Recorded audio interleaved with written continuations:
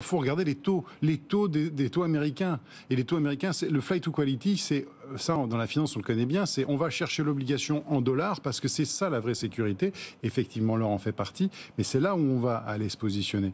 Et donc, sur Bitcoin, aujourd'hui, c'est pas tellement le sujet quand on est sur un événement géopolitique. Mais économique, on l'a déjà eu.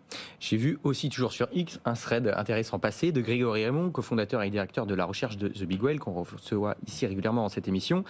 Il dit notamment, mais est-ce que ce ne serait pas une valeur refuge contre la dépréciation des monnaies et l'endettement des États?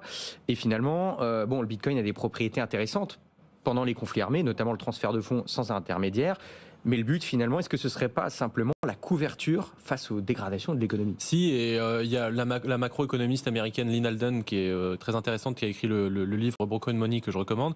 Elle mettait en avant que la chose avec laquelle le Bitcoin était le plus corrélé, c'était l'augmentation de M2, donc la masse monétaire.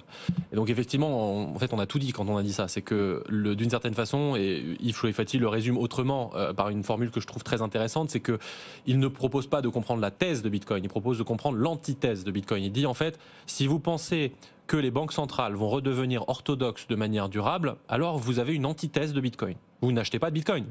Sauf que, en fait, quand on dit ça, on comprend, tout le monde sourit autour de la table. Il y a une forme, tout le monde sait que ça ne sera jamais le cas. Les banques centrales ne peuvent pas redevenir orthodoxes de manière durable. Elles sont piégées par la croissance infinie, la fuite en avant.